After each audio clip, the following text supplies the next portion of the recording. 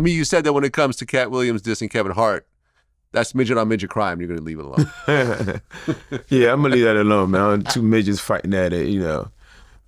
Even Kevin was also mentioned, I think, in Monique's interview. Yeah, well, he was mentioning both. Yeah, he mentioned both. Right, because Katt called him an industry plant. Right. Is there such a thing? I've never heard of this. You know what? Is there really such a thing? It could have been in the early 2000s and 90s. In the era we're in right now, I think you control your own destiny. You know, nobody give a fuck about TV anymore. People barely go to the movies. You know, it's all streaming. These streaming networks are looking for content. You go create something great, and Netflix will buy it, Amazon will buy it, and a bunch of other ones that are trying to compete with those guys will buy it. So in the era we're in right now, I would say no.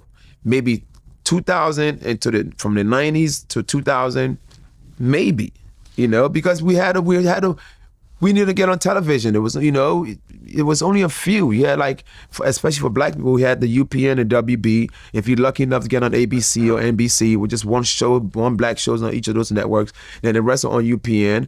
You know, it was hard to get in, and it was, you know, you have to know the right producer. He gotta love you. You have to, it's things, you know.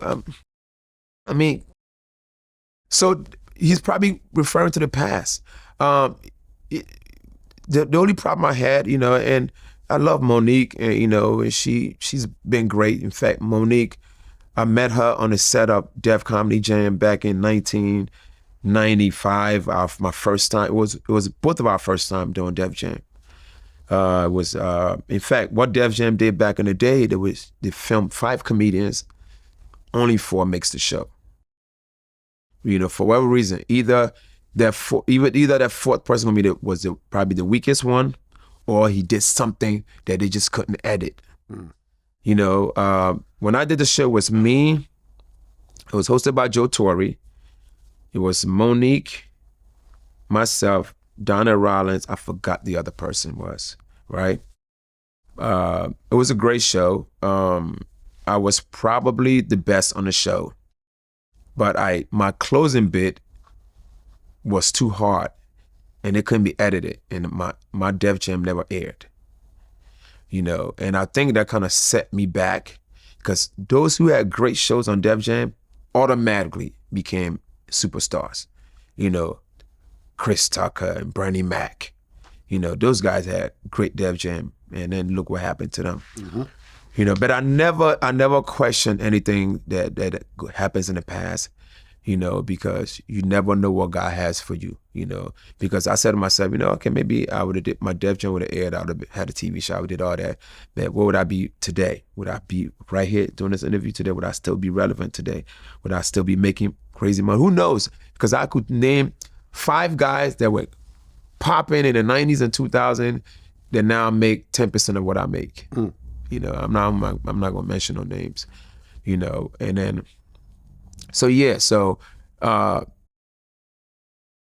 Monique, you know, Monique was a very hardworking woman, very hardworking. In fact, when we did the show, she loved my performance so much. She actually had just started a comedy club in Baltimore, and she booked me as a headliner. And she booked me as a headliner, not even knowing even if I had 45 minutes of performance. I was a new comic, and I remember, you know, I remember coming to Baltimore probably 2-3 weeks later after we did Def Jam, you know, and I did like 15 minutes and I ran out of shit.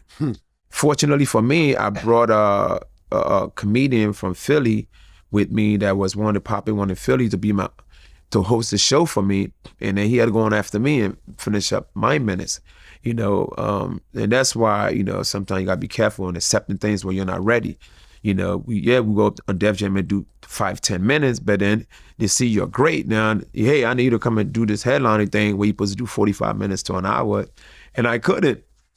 She paid me and took care of me, you know, and we actually did a show after that called Snaps on HBO, which was like, I mean, look at the show here, like Tracy Morgan was a nobody knew Tracy that well, nobody knew Monique, nobody, you know, Ricki, Smiley, we all knew, nobody knew us.